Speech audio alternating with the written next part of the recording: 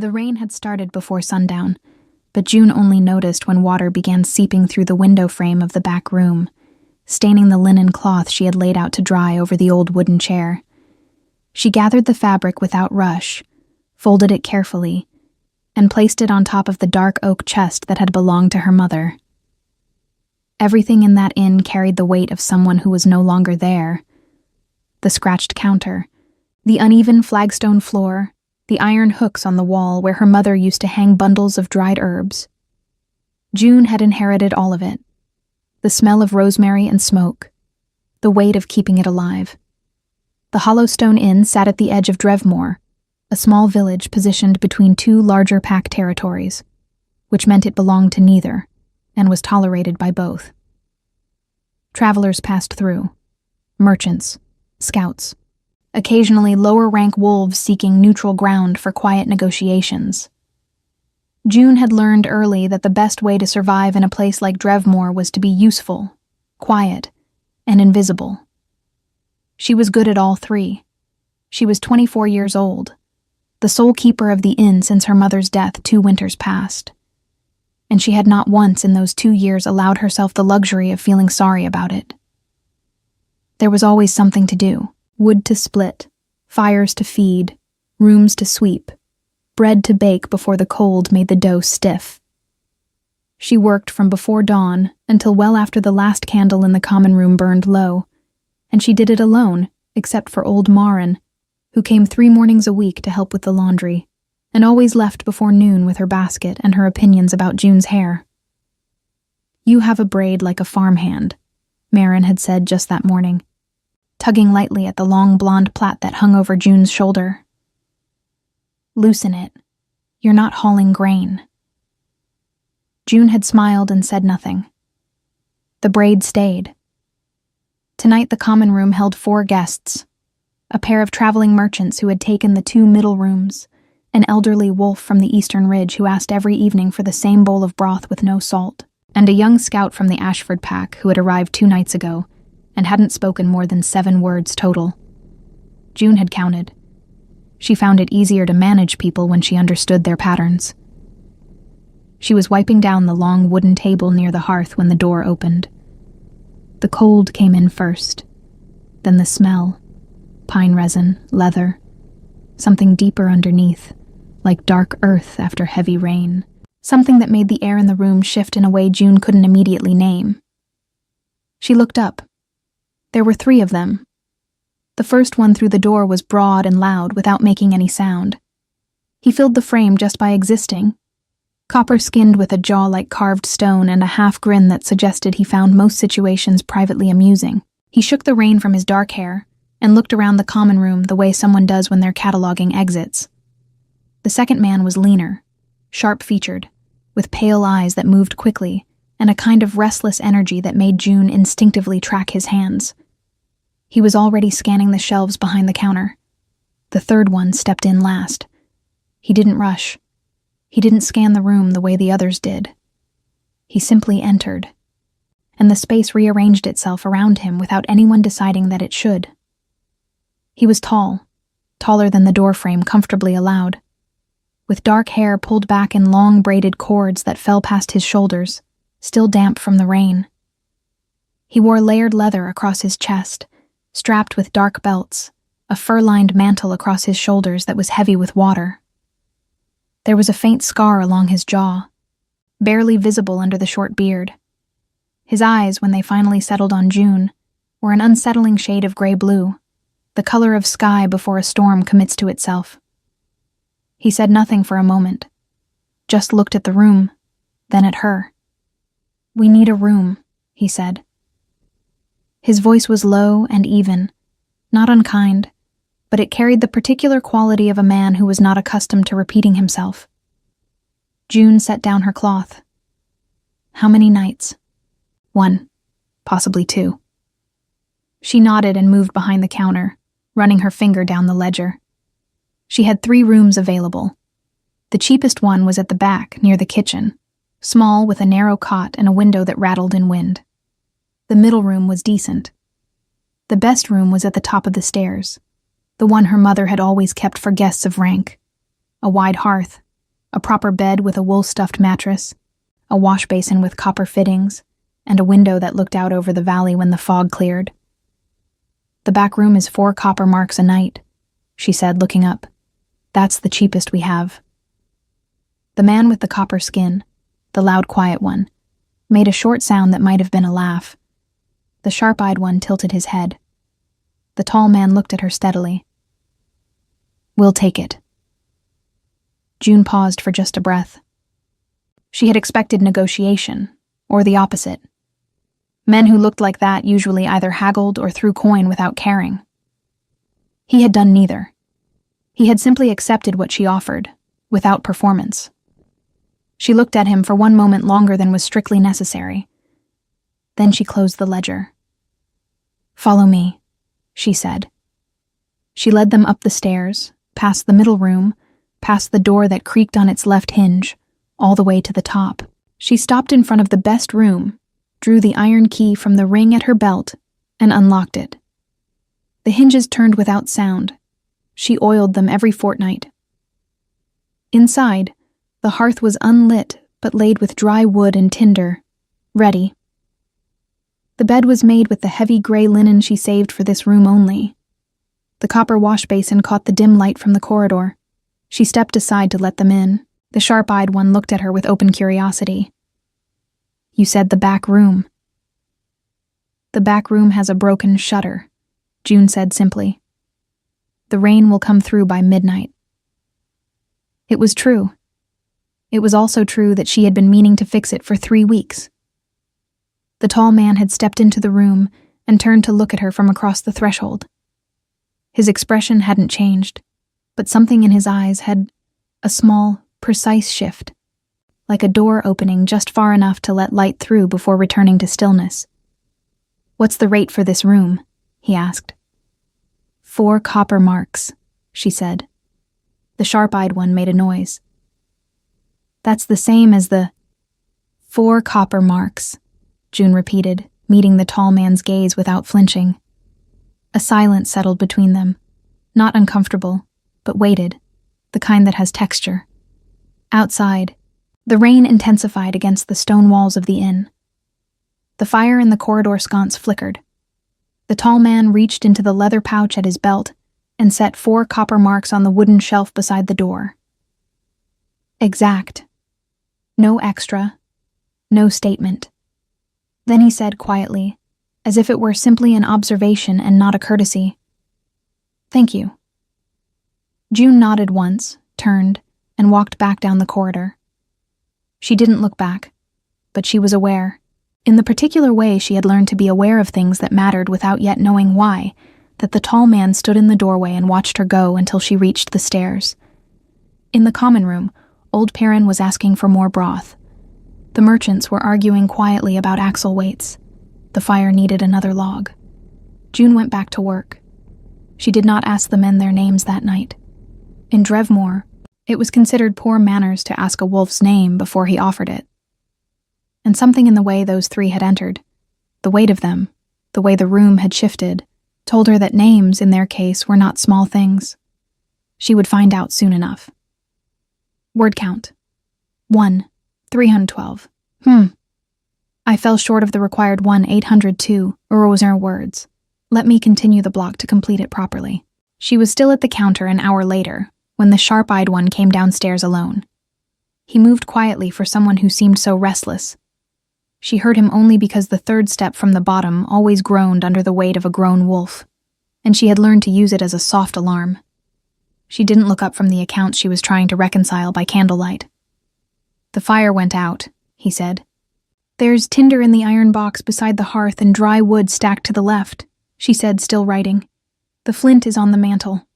A pause. "You're not going to light it for us?" "I'm not a servant," June said pleasantly. "I'm the keeper. I provide what's needed. The rest is yours to manage." Another pause.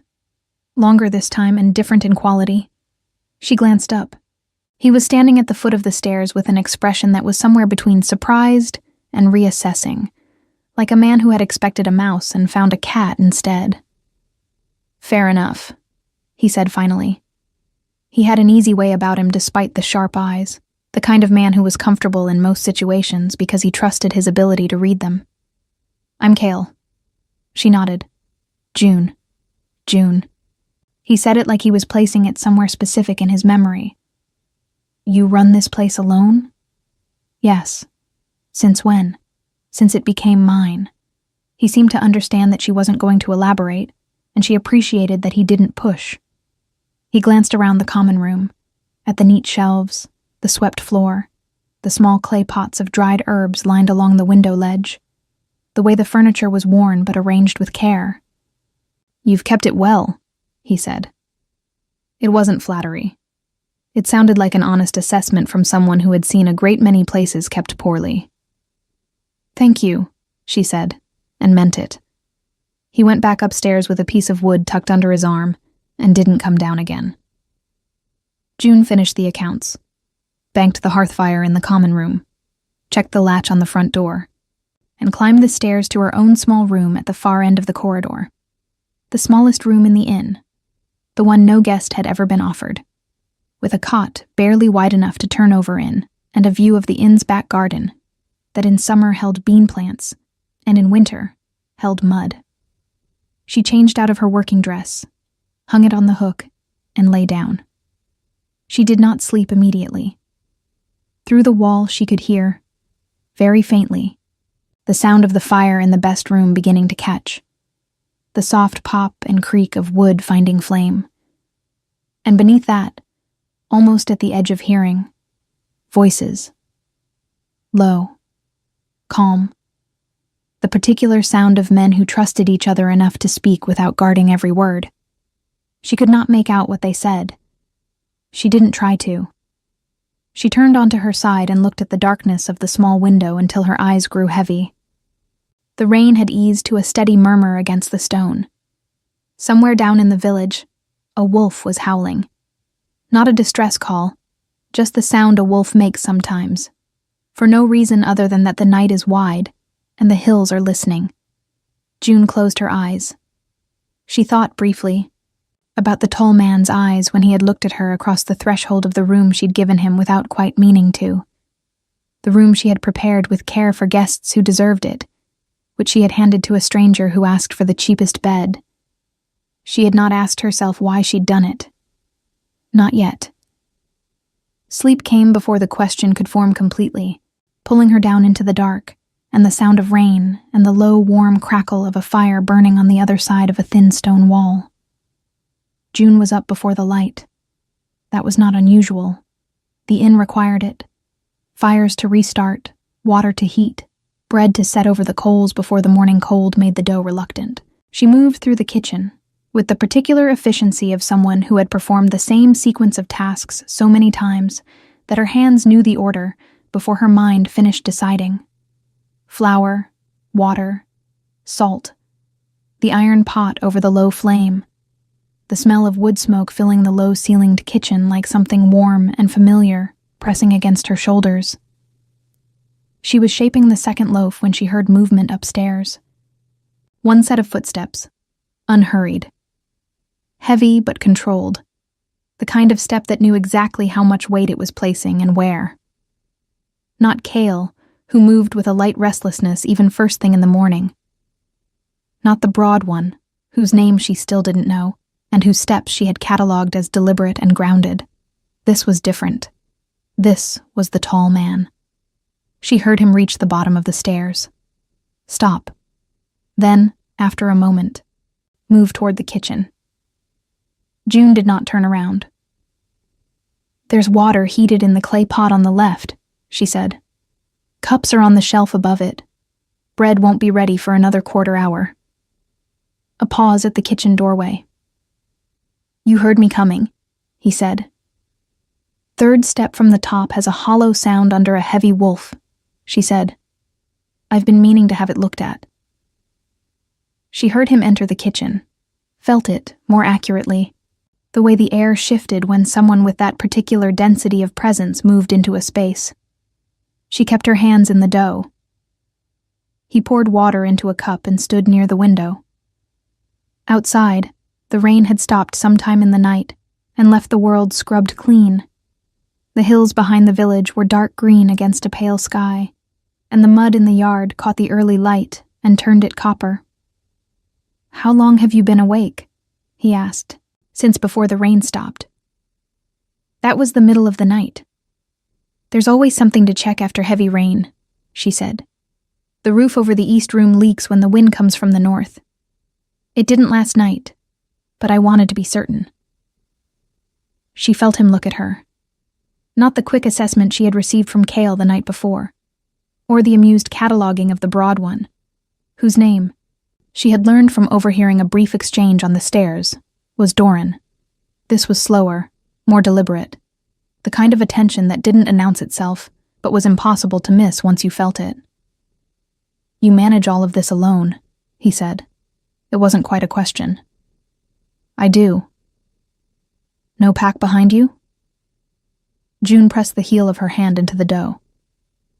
"The inn is neutral ground. I'm not affiliated." "That wasn't what I asked." She paused for just a breath, then resumed working. "No," she said. "No pack behind me." In Drevmore, that was not an unusual answer. The village existed precisely because it was a gap between territories, a place where unaffiliated wolves and humans, and the occasional wayward Omega, could exist without being claimed or commanded. But it also meant exposure. No pack behind you meant no one came if something went wrong. June had lived with that reality for 2 years, and had made her peace with it the same way she made her peace with most things, by refusing to look at it directly, and choosing instead to focus on what she could control. She flipped the loaf, dusted her hands, and finally turned around. He was standing near the window with the cup held loosely in one hand, looking out at the valley. In the gray morning light, she could see him more clearly than she had the night before. The structure of his face, the particular stillness he carried that wasn't tension, but something more like absolute self-possession. The braided cords of his dark hair were loose from sleep, some falling forward over his shoulder. The scar along his jaw caught the light. He hadn't told her his name. She hadn't asked. "The bread will be ready soon," she said. "I can bring it up when it's done, or you can eat in the common room. There's no difference in price either way." He turned from the window and looked at her then, fully, in a way that was direct without being aggressive, the way very few people managed. Most wolves who looked at her like that were either establishing dominance or testing for weakness. This felt like neither. It felt like someone simply deciding to see something clearly. "Common room," he said. She nodded and turned back to the hearth.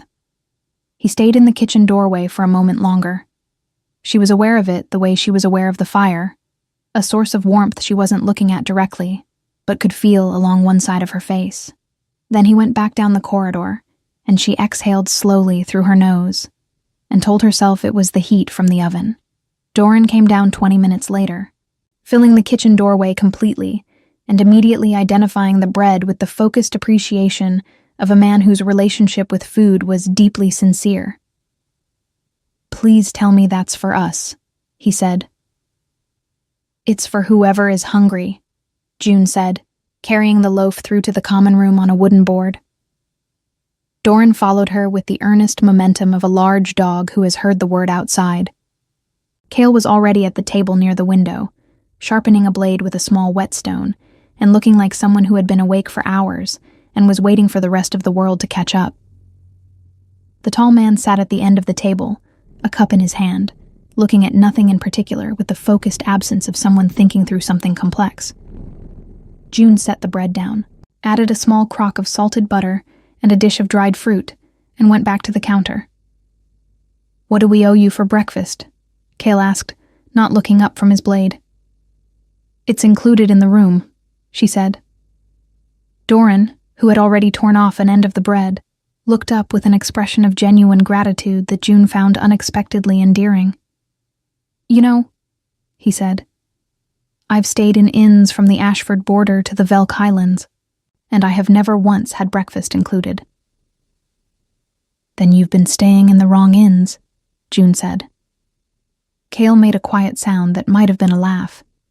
Even the tall man, she noticed from the corner of her eye, had something shift briefly at the corner of his mouth. The morning settled into its ordinary rhythm. The merchants came down and ate quickly, arguing between bites about the same axle weights from the night before. Old Paran appeared at precisely the same time as always, asked for broth with no salt, and ate it in complete silence by the fire. The Ashford scout left before the others were finished, nodded once at June as he passed the counter, and that was apparently the end of their relationship. June cleaned and refilled and moved through the room the way she always did, present but unobtrusive, available but not hovering. It was a skill she had developed young, this particular kind of invisibility. In a neutral inn, on a neutral road, it was protective. People talked more freely around someone they had stopped noticing, which was why she heard it. Cale's voice, low, directed at the tall man while Doran was occupied with the last of the bread.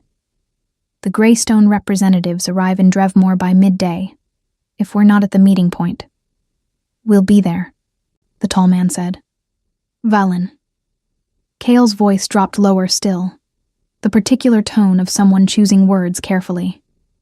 If the Greystone Alpha realizes who you are before the terms are set, he won't. You don't know that. Your face has been on enough banners this season that even a village innkeeper could— Cale. One word. Quiet. Final as a closed door.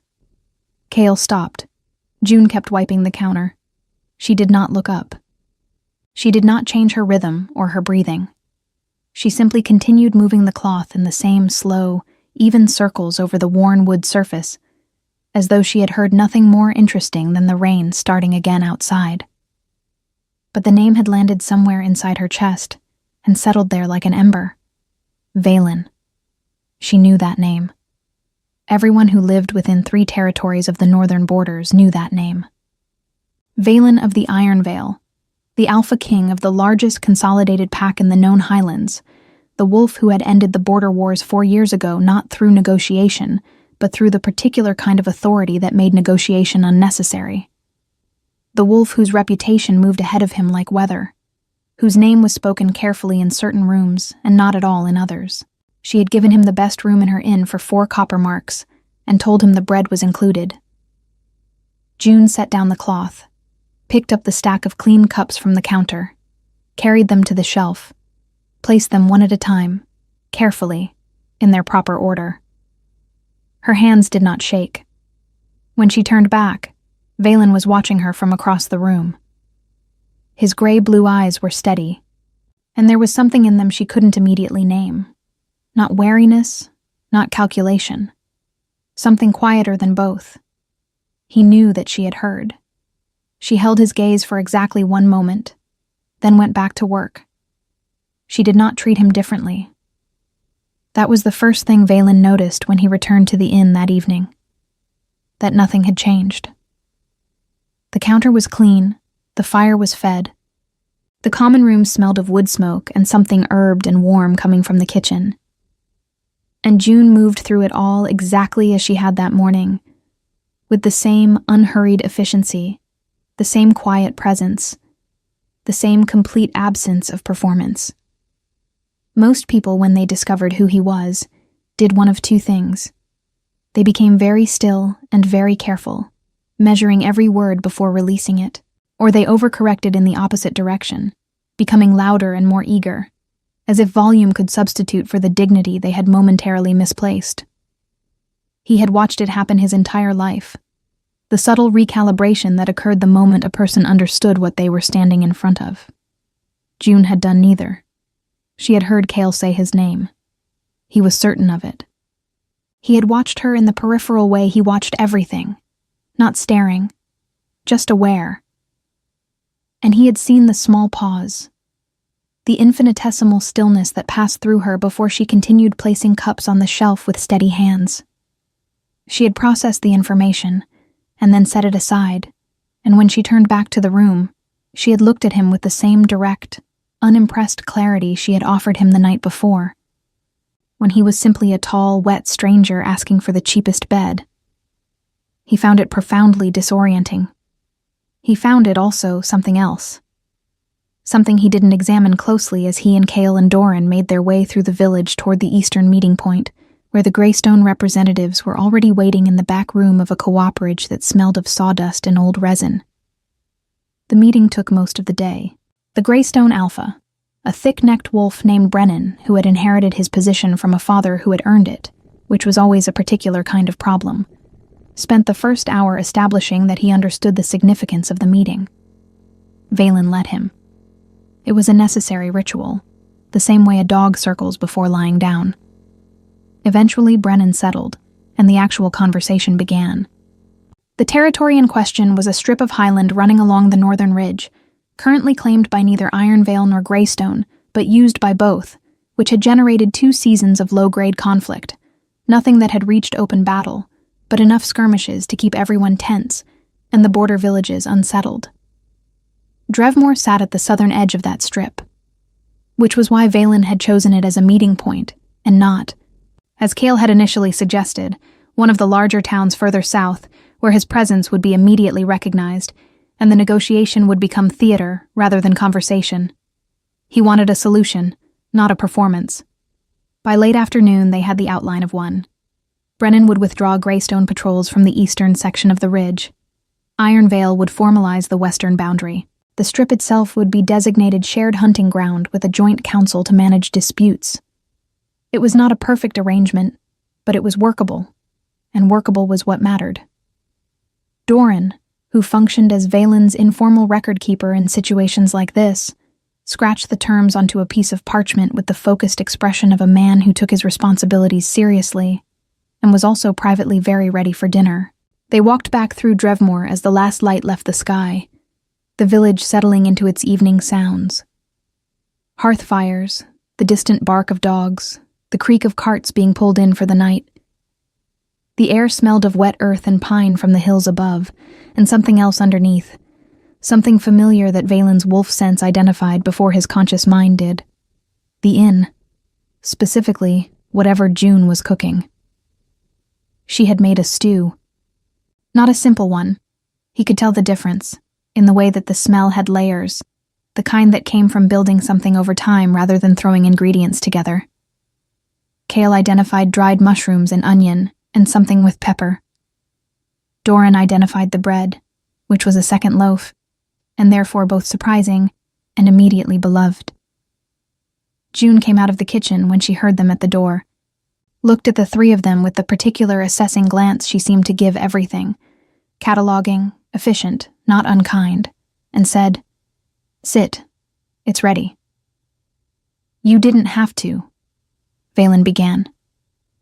"The rate includes supper," she said, already turning back toward the kitchen. "It always has. I just didn't mention it this morning because I didn't know how long you'd be gone." Cale looked at Valen. Valen sat down. The stew was very good. Doran made a sound after the first spoonful that was slightly embarrassing and entirely genuine. And even Cale, who ate the way he did most things, with quick, efficient attention, paused midway through and looked at his bowl with something approaching respect. Valen ate without comment, but he ate all of it, which was its own kind of statement. June sat behind the counter with the ledger open in front of her, writing in the careful hand of someone self-taught. The letters slightly uneven but precise, each one deliberate. The other guests trickled in and out. The old man with the salt-free broth.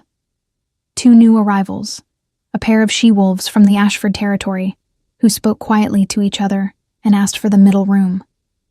June handled each of them with the same even competence, never flustered, never distracted, always aware of the room without appearing to watch it. At one point, the older of the 2 she-wolves knocked over a cup, and it shattered on the flagstone floor. June was already moving before the woman finished apologizing. Broom in hand, crouching to collect the pieces with efficient care, saying something quiet and reassuring that made the woman relax her shoulders and stop apologizing. Valen watched this from across the room. Cale, who noticed most things, noticed Valen noticing. He said nothing, which was how Valen knew he had filed it away for later deployment in a conversation Valen would not enjoy. It was Doran who broke the unspoken arrangement. He did it the way he did most things, with complete sincerity and no awareness that there had been an arrangement to break. He had carried his empty bowl to the counter and was leaning on it with the comfortable ease of a man who made himself at home everywhere he went. And he said to June, "I have to ask, where did you learn to cook like that?" June looked up from the ledger. "My mother. She taught you well."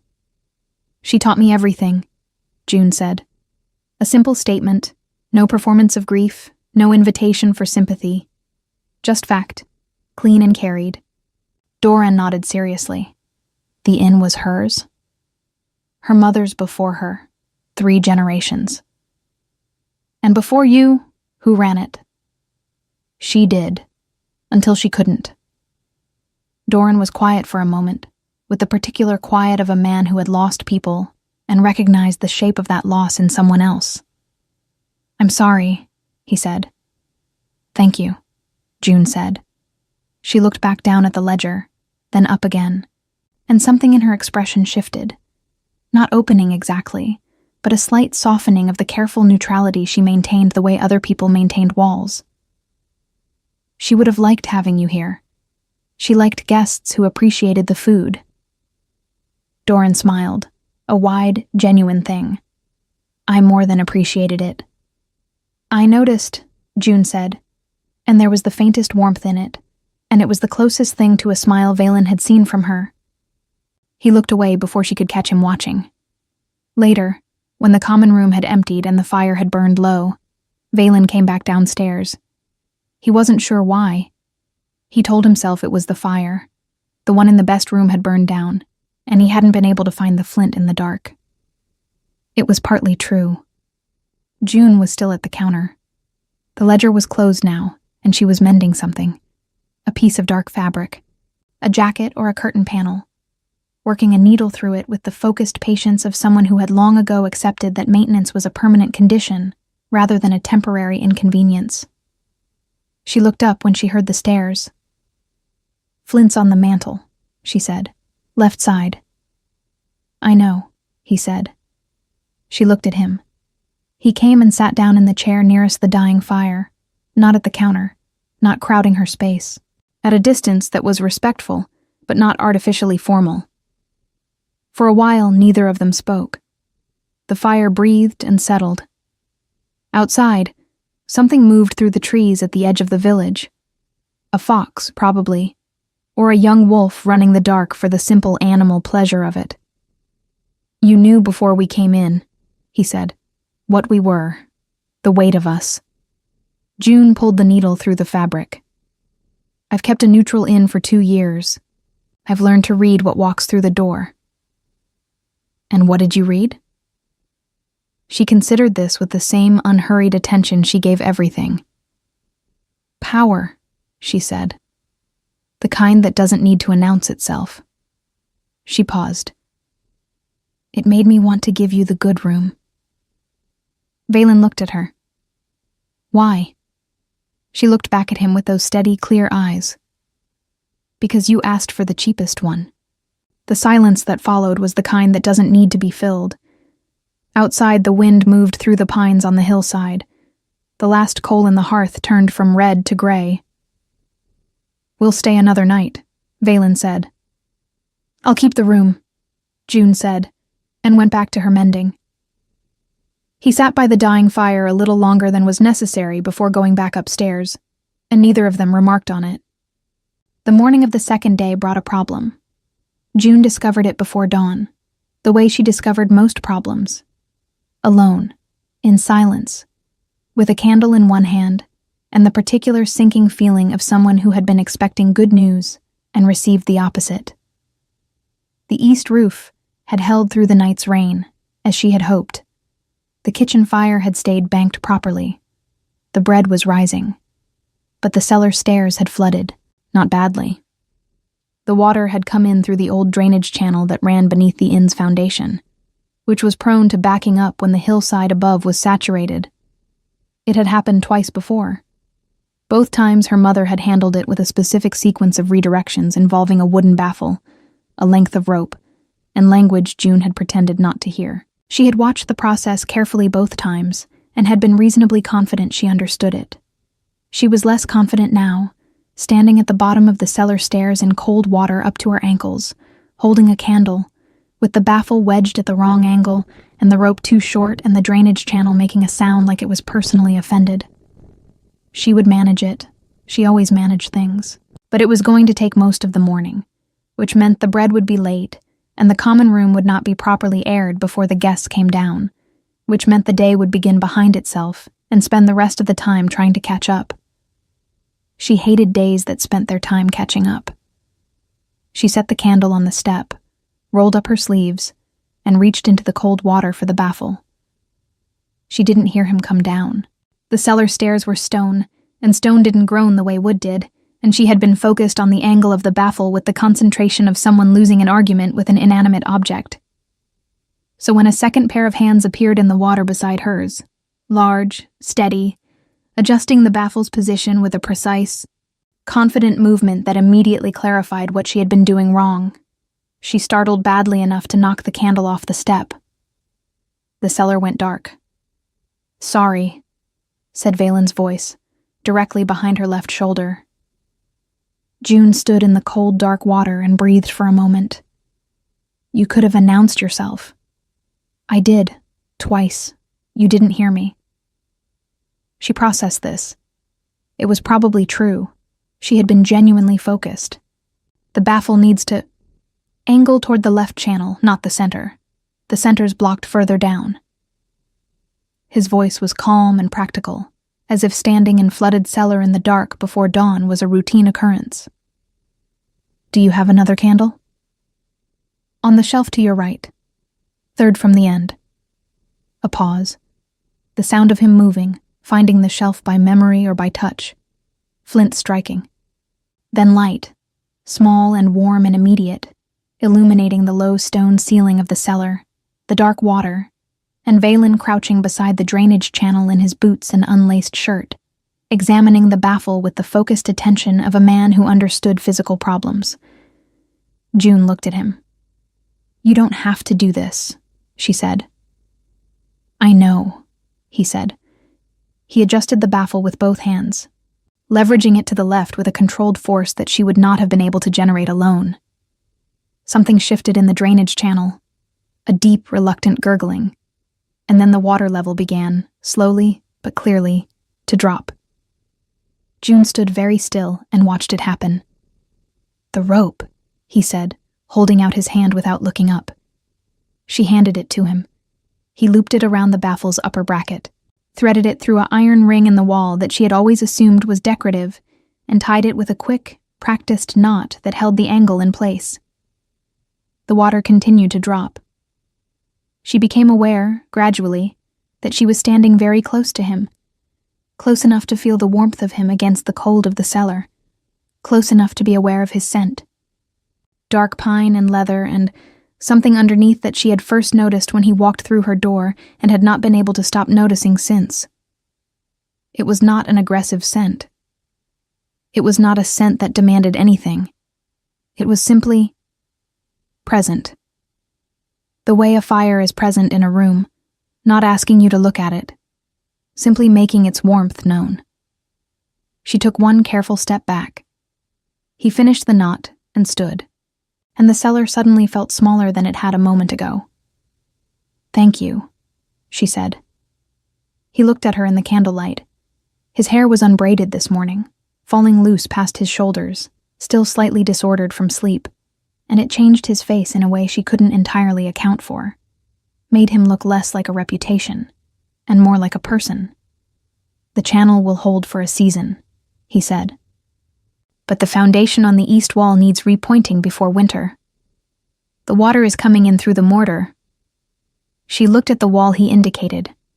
He was right.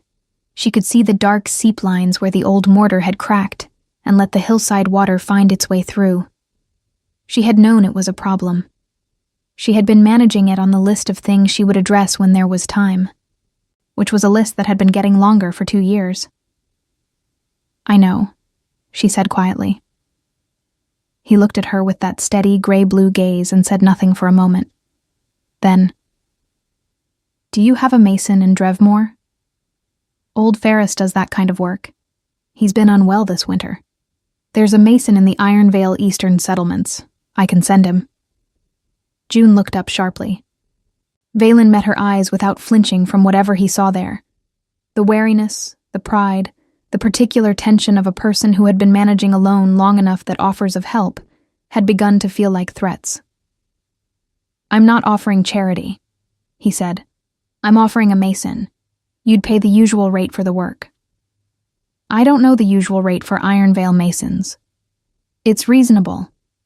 A pause. "Less than what a flooded cellar cost you in lost stores." She looked at him for a long moment in the candlelight. The water was nearly gone from the cellar floor now, draining steadily through the repositioned channel. The baffle held its angle. The rope was tight. "Why?" she asked. Not rudely, genuinely. He considered the question with the same unhurried attention he gave everything. "Because you gave me the good room," he said finally, "and charged me for the cheap one." She felt something move in her chest, small, careful, like the first shift of something that had been still for a very long time. "I charged you the same price either way," she said. "I know," he said. "That was the point." They came back upstairs into the kitchen, and June put water on for the morning, and Valen sat at the kitchen table. Not asked, not invited, simply present in the quiet, undemanding way that she was beginning to recognize as characteristic of him. And she found that she did not mind. Cale came down at his usual hour, took one look at Valen's damp boots and June's rolled-up sleeves, and the general atmosphere of people who had already solved something difficult together before breakfast, and said nothing, which was how she knew he had noticed everything. Doran came down 20 minutes later, identified the bread, and the morning resumed its ordinary shape. But at midday, when a rider came through Drevmore with a leather satchel bearing the Greystone seal, a follow-up communication about the Ridge agreement that required Valen's immediate attention, June watched him cross the common room to receive it, and saw the rider's face when he finally understood who he was handing the message to. The way the man went still. The small, involuntary straightening of his spine. She understood it now. That instinct. She had simply not performed it. She didn't think she was going to start. That afternoon, while Valen and Cale worked through the Greystone correspondence at the corner table, and Doran fixed a loose hinge on the front door, with the cheerful competence of a man who fixed things because he genuinely enjoyed fixing things, 2 wolves arrived from the direction of the northern ridge. June knew immediately they were not ordinary travelers. They were too alert, too coordinated in the way they scanned the room when they entered, and they smelled of the cold, clean air of high elevation and something sharper underneath. The particular scent of wolves who spent most of their time in territories where aggression was a daily calculation. They were Greystone. She recognized the small Greystone pendant that marked their pack affiliation, worn at the throat. The older one, dark-haired and heavy-jawed, looked around the common room with the proprietary sweep of someone who expected to find it empty, or at least unimportant. His eyes landed on Valen. Something changed in his face. Valen looked up from the parchment. He did not stand. He did not change his posture or his expression. He simply looked at the 2 wolves with the same calm, absolute attention he gave everything, and the temperature in the room dropped by several degrees without the fire doing anything different. The older wolf said, with the particular aggressive bluster of a man trying to recover his footing, "Didn't expect to find you here, Ironvale, in a place like this." "Clearly," Valen said. "Brennan will want to know." "Brennan already knows." Valen set down the parchment. "He sent a rider this morning. The agreement stands. You're welcome to confirm that with him, before you decide how to finish that sentence." The second wolf, younger, had been scanning the room in that sharp, alert way, and his eyes had settled on June behind the counter. She met his gaze evenly, the way she met every gaze, without challenge, without submission, simply present. Something in his expression shifted, calculating in a way she didn't like. "Who's the girl?" he said. The common room went very quiet. Doran had stopped moving at the door.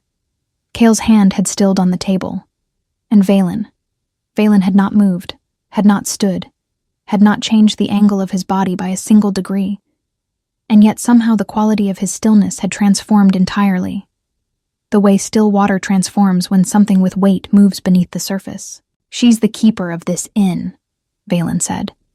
His voice was the same, low, even, unhurried. "And you're standing in her house." The younger wolf looked at him, looked back at June, made some internal calculation, and apparently arrived at the correct answer, because he said nothing further and looked at the floor. The older wolf cleared his throat. "We'll be moving on." "Safe travels," June said from behind the counter, in her ordinary voice. They left. Doran exhaled. Cale picked up his cup. Valen looked back down at the parchment as if he were simply resuming a thought that had been briefly interrupted, and the common room breathed again. June turned back to the shelf she had been organizing. Her hands were completely steady, but something had shifted in the room. Some invisible weight had been placed somewhere and not removed, and she could feel it there, solid and warm, for the rest of the afternoon. On the morning of the third day, Valen's horses were saddled before dawn. June knew because she heard the stable boy, young Todden, who slept in the loft, and whose footsteps she could identify by the particular uneven rhythm of someone still growing into their own legs, moving back and forth across the yard earlier than usual. She lay in her narrow cot for a moment and listened to the sound of it, and felt something she did not immediately name settle into the space beneath her ribs. She got up, dressed, braided her hair. When she came down to the kitchen, the fire was already lit. She stopped in the doorway. Valen was crouching in front of the hearth, feeding a second log into the flame with the careful attention of someone who understood that a fire needs to be built, not simply started. He had his traveling clothes on, the layered leather, the dark belts, the fur-lined mantle folded over the back of the kitchen chair. His hair was braided again, tight and neat, the way it had been when he first walked through her door. He heard her in the doorway and looked over his shoulder. "You don't have to do that," she said. "The kitchen was cold," he said. He stood and moved away from the hearth, giving her the space back without being asked. She went to the counter and began the bread.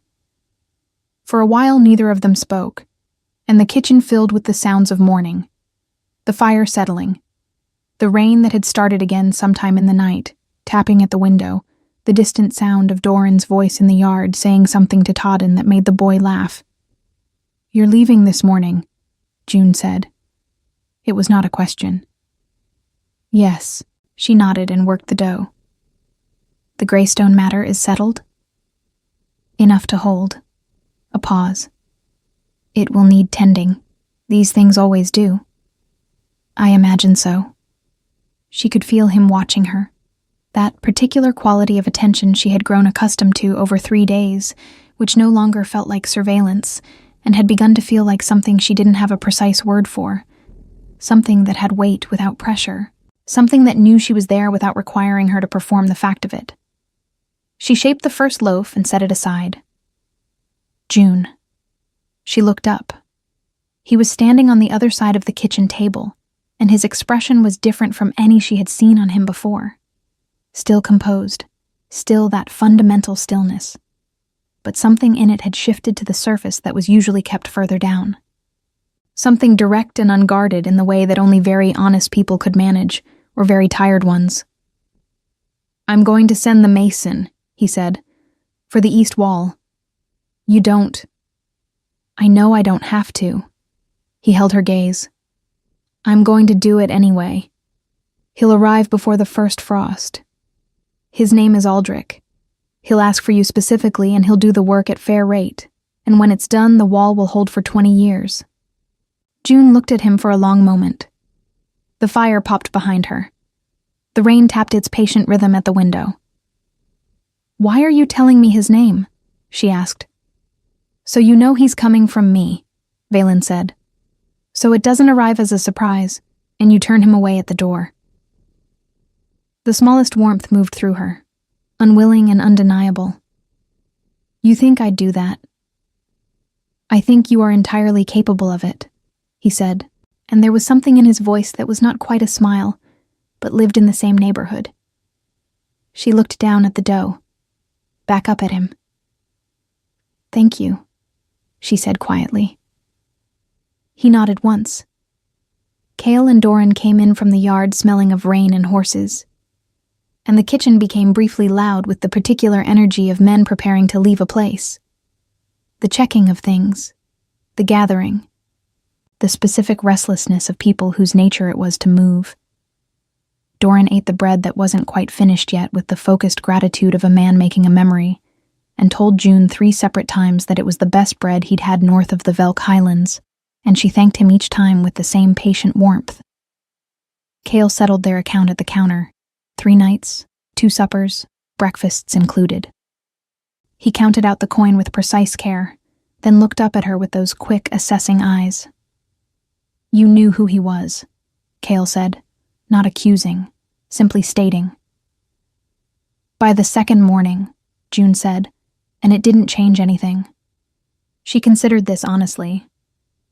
"It changed what I understood, not how I behaved." Cale looked at her for a moment with an expression she couldn't entirely read, something between approval and something more complex. The look of a man who was very careful about who he trusted, and had just updated a private list. "That's rare," he said. "People make too much of names," she said. He smiled, quick and genuine, the first full smile she had seen from him. "I'm going to remember you said that."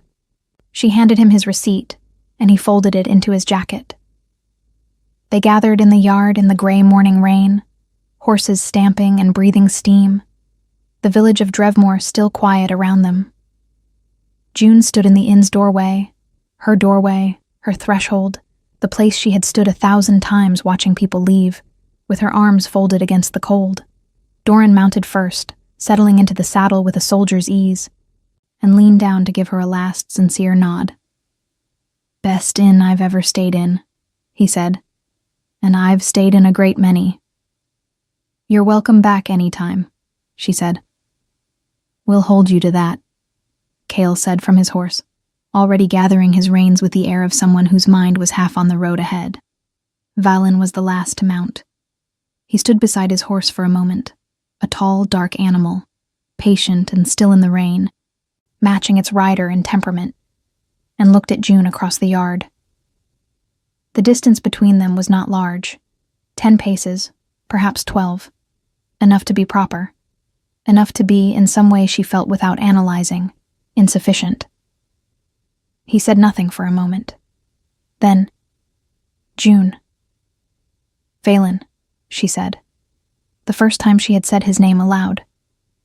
It fit in her mouth the way she had known it would, solidly, without fanfare. Something moved briefly across his face. "Keep the fire going," he said. "I always do," she said. He held her gaze for one more moment, long enough for the rain to tap 3 times against the yardstones, and then he mounted and turned the horse toward the road, and the 3 of them moved out through the village gate and north, toward the ridge and the highland territories, and the weight of a world that required him constantly. June watched until they were gone from sight. Then she went inside, closed the door, and went back to the bread. The mason arrived 17 days later. His name was Aldrich, as promised. A compact, serious wolf of middle years with calloused hands and the careful eyes of someone who read walls the way other people read faces. He presented himself at the counter on a Tuesday morning, asked for June by name, and said simply, "I was sent about the east wall." She had not turned him away. She showed him the cellar, the mortar lines, the seep marks, and he walked the length of the foundation with his hands pressed to the stone and made quiet sounds of professional assessment. He told her what it would cost. It was, as Valen had said, reasonable, less than she had feared, more than she could easily manage, but achievable before winter, if she was careful. "When can you start?" she asked. "Tomorrow," he said, "if you have a room." She gave him the middle room, which was warm and had a view of the hills and a window that didn't rattle. She charged him the standard rate and included breakfast, as she did for everyone. The work took 11 days. Aldrich was methodical and neat, and spoke little except about the wall itself, which suited June well. The east foundation was repointed from corner to corner. The drainage channel was properly cleared to its source for the first time in what Aldrich estimated was 15 years, and a small crack in the cellar ceiling that June hadn't known to worry about was sealed before it had the chance to become something worse. On the last morning, Aldrich drank his tea at the kitchen table and looked at the work with the quiet satisfaction of a craftsman who had done something correctly. "He said to tell you," Aldrich said, "that the wall should hold 20 years at minimum, longer if the drainage stays clear." June wrapped her hands around her cup. "He said that to me himself," she said, "when he left." Aldrich nodded, unsurprised. "He said you'd remember." He finished his tea and stood and paid his bill to the last copper, and by midday he was gone. Winter came to Drevmore slowly that year, arriving first as frost on the garden, and then as the particular gray quality of light that meant the deep cold was settling in for its long occupation. June put up the winter stores, repaired the stable roof with Todden's help, switched the common room to the heavier curtains her mother had sewn from boiled wool, and kept the fire fed. The inn filled and emptied in its seasonal rhythm. Travelers came through, merchants closing out autumn trade routes, wolves moving between territories before the passes closed, the occasional wanderer who needed a warm place and a meal and nothing more complicated than that. June managed them all with the same steady competence, the same unobtrusive care, the same quality of presence that made her inn a place people remembered more warmly than they could always explain. She did not wait. That was not who she was, and she knew it. But she kept the best room ready. She oiled its hinges every fortnight. She laid the fire with dry wood and tinder each morning. She kept the wool-stuffed mattress aired and the copper wash-basin clean, and the view of the valley unobstructed. The way you keep something in good order, not because you are certain it will be needed, but because readiness is its own kind of faith. The first snow fell on a Thursday. Valen arrived on a Friday. He came alone this time. No Cale, no Doran. Just the tall, dark horse and the fur-lined mantle and the rain-gray eyes that found her across the common room the moment he stepped through the door, before she had even looked up from the ledger, because she had heard his step on the threshold and had known it as surely as she knew the sound of her own fire. The common room had 3 other guests. None of them looked up. He crossed to the counter, stood before her in the particular way he had, present without crowding, certain without demanding. His hair was damp from the snow. There was a new small scar at the edge of his jaw, lighter than the old one. She looked at him for a moment. "The east wall held," she said. "I know," he said. "Aldrich told me. The drainage channel is clear all the way to the source." "Good." A pause. The fire breathed. Snow tapped at the window like something patient that had been waiting a long time. "How long?" she asked. He looked at her with those steady eyes, the look she had learned over 3 days in autumn, to read not as blankness, but as depth. The look of a man who said precisely what he meant, and nothing more, and whose silences were therefore worth as much as his words. "As long as you'll have me," he said. June held his gaze for one long, unhurried moment. The snow tapped. The fire settled.